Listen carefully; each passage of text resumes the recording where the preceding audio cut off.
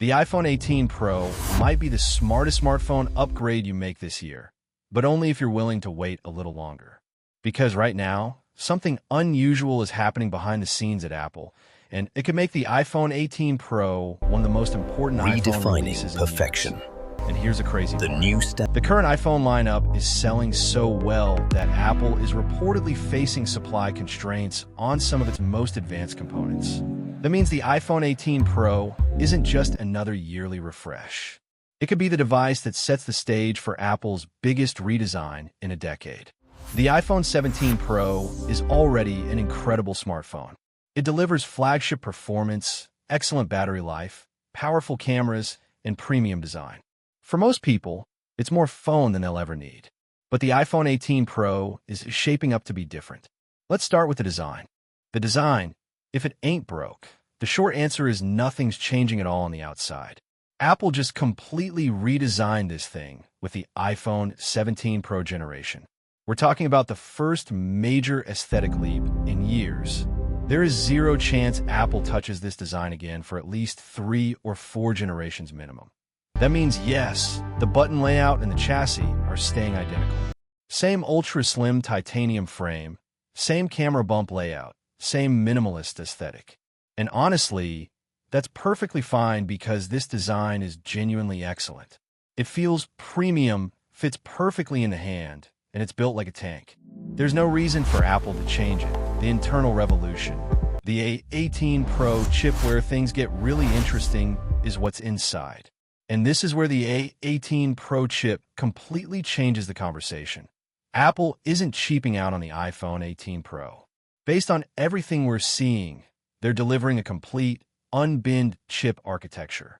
10-core CPU with 6 efficiency cores and 4 performance cores, alongside a massive 10-core GPU.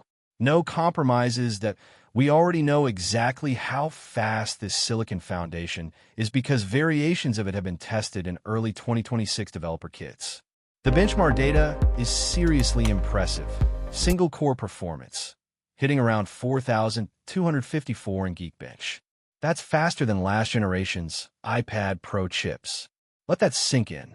The base A18 Pro chip in single-threaded tasks is outperforming what used to be Apple's high-end tablet and Mac silicon. Core for core, the A18 Pro is just faster than everything that came before it. Multi-core performance. This is where things get absolutely wild. We're seeing scores around 17,480. A phone processor is outperforming what was a flagship desktop processor just a couple generations ago. It's genuinely close to M1 Ultra Performance, the chip that powered Apple's most powerful desktop studio until recently. We're getting that level of multi-threaded horsepower in a device that fits right in your pocket. Graphics performance. Metal and Vulkan graphics scores are coming in around 75,800. A big reason for this is Apple's new AI graphics accelerators built directly into the GPU. These aren't just marketing fluff. They're delivering real performance gains in any mobile app, AAA game, or on-device rendering tool that can take advantage of hardware-accelerated machine learning. Pro versus Pro Max. A new architectural split, but here's where things get even better. The A18 Pro Max chip, exclusive to the Pro Max model. This chip is a monster, and for the first time, Apple's doing something really interesting with how they're positioning the Pro versus the Pro Max tiers. While single-core performance is basically identical, around 4,259, the difference isn't in single-threaded speed. It's in how many cores you get and what type. The big architectural shift with the A18 Pro Max, Apple is moving away from traditional efficiency cores entirely. Instead, they've moved to what they're calling super cores and performance cores. While the standard Pro uses the traditional split, the Pro Max gets a completely different CPU architecture focused purely on high-performance mobile computing and heavy on-device LLM, large language model. Execution. Multi-core performance on the A18 Pro Max is absolutely insane, pushing Geekbench scores around 27,000. That's outperforming entry-level M4 Mac chips from last generation. If you need raw mobile horsepower for things like 4K ProRes video editing on the fly, 3D mobile rendering, or complex on-device data processing, An 18 Pro Max is giving you desktop-level performance in a smartphone. Graphics scale up dramatically too, with scores pushing 139,000. The AI accelerators in the GPU are making a massive difference here. Any mobile workflow that involves real-time machine learning, whether that's live computational photography enhancement, video stabilization, real-time audio isolation, or object recognition, is getting a monumental boost. Storage, RAM, and pricing. This is where things get interesting and honestly pretty predictable based on what Apple's been doing across their entire lineup. Model starting storage expected: RME phone 18 Pro, 512 GB, 16 GB iPhone 18 Pro Max, 1 TB 24 GB. Apple's already dropped the 256 GB option from the current iPhone 17 Pro model because they can't make enough of them. But beyond that, it makes sense strategically. 256 gigs fills up way too fast in 2026 with high-res photos and 4K video. Expect the price to go up.